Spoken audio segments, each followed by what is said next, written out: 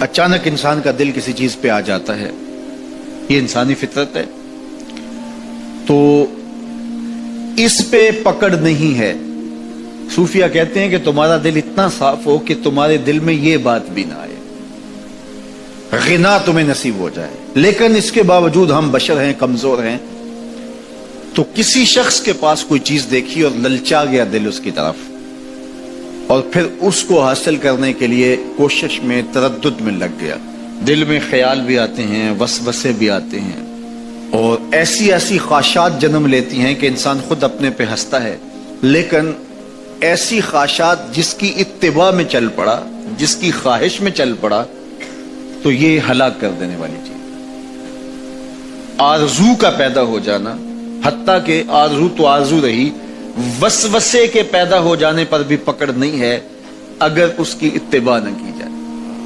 صحابہ نے حضور سے عرض کیا، حضور ہمیں ایسے وسوسے آتے ہیں کہ اگر ہم بیان کر دیں تو قتل کر دیے جائیں، اتنا غلیظ خیال باز کا انسان کے دل کی تختی پہ آتا ہے، دماغ کی سکرین پہ ابھرتا ہے۔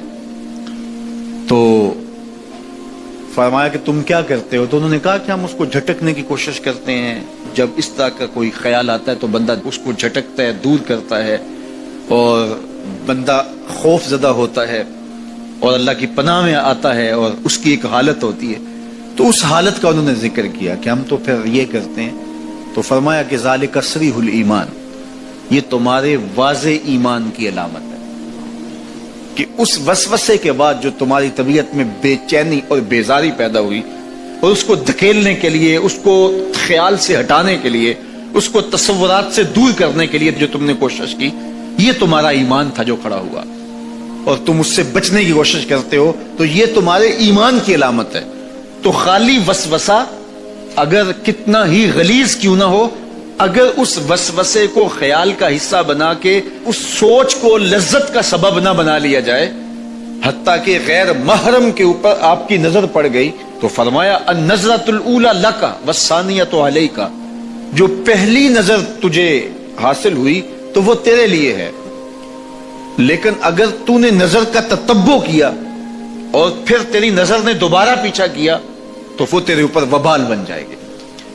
تو خواہش کا، وسوسے کا، اور کسی ایسی چیز کا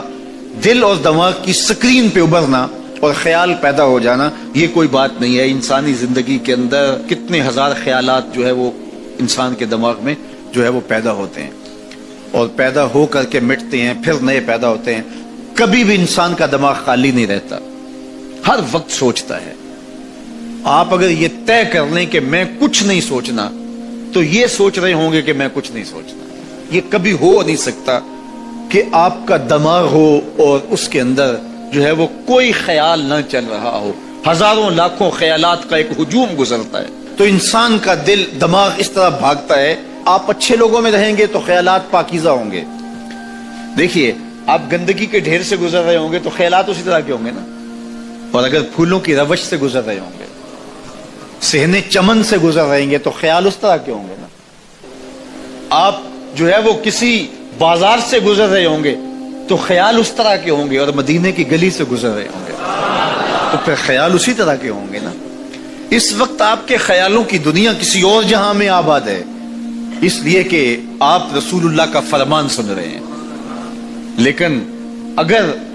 آپ کے سامنے کو گویا غزل گا رہا ہو تو پھر خیال کی وادیوں میں بھٹک کے کہیں آپ اور کھڑے ہوں گے۔ اب بات حضور کے فرامین کی ہو رہی ہے تو تصور پھر گنبد خضرا کے مکی کا ہی ہوگا نا، تصور تو پھر شہر حبیب کا ہی ہوگا۔ لیکن اگر آپ باتیں دوسری جانب کی کر رہے ہو تو تصور پھر ادھر جاتا ہے، اور اسی لیے ہمارے علماء نے کہا کہ گانے کی طرز پہ نعت نہیں پڑھنی چاہیے، اس لیے کہ گانے کی جو معروف طرز ہوگی، جب اس طرز پہ نعت پڑھی جائے گی